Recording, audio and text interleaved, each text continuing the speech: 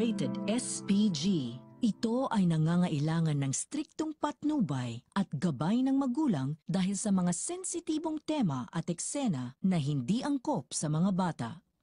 Tanging naisip na nga lang ni Mokang sa mga oras na siya ay nakakulong sa kwarto ay tanggapin na lang ang pagkataon ni Ramon upang muling bumalik sa normal ang kanyang buhay at muli siyang malayang makalabas. At nang pumasok na nga si Ramon sa kwarto kung saan ikinulong niya si Mokang ay agad siyang kinausap ni Mokang at sinabi ni Mokang na palabasin na siya at tatanggapin na umano ni Mokang kung ano ang pagkataon ni Ramon at nangako pa si Mokang na hindi niya isusuplong sa mga pulis ang mga iligal na ginagawa ni Ramon. Papayag na sana si Ramon dahil naaawa na ito kay Mokang. Ngunit naisip ni Ramon na kung palalabasin niya si Mokang ay siguradong magiging sakit niya ng ulo ito kaya naman hindi niya pinagbigyan si Mokang. Tangkaing muling bumalik ng mag-asawang Marsing at Nita sa mansyon ngunit itinaboy ulit sila ng mga tauhan ni Ramon. Makikita naman ito ni Mokang at wala din siyang magawa dahil maging siya ay nakakulong sa loob ng mansyon.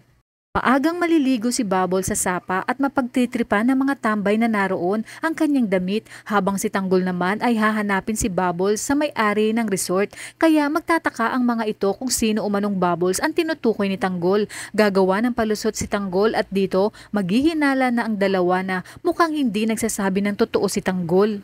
Sa kabilang banda, harap-harapan namang nagbubulag-bulagan si Tess sa mga ginagawa at pinaparamdam sa kanya ni Rigor.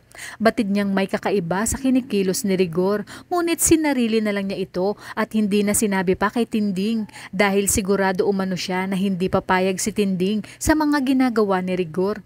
At dahil ayaw ni Tess na masira ang kanyang pamilya ay pinapaniwala na lang niya ang kanyang sarili na hindi magagawa ni Rigor ang mambabae. Lumaki nga si Tess na hindi buo ang kanyang pamilya, kaya naman ayaw niyang mangyari yun sa sarili niyang pamilya ngayon dahil nga sa kahirapan noong kabataan pa ni Tinding ay nagawa nitong pumasok sa isang bar upang maging hostess at dito nga isang customer ang gumahasa kay Tinding kaya nabuo si Marites.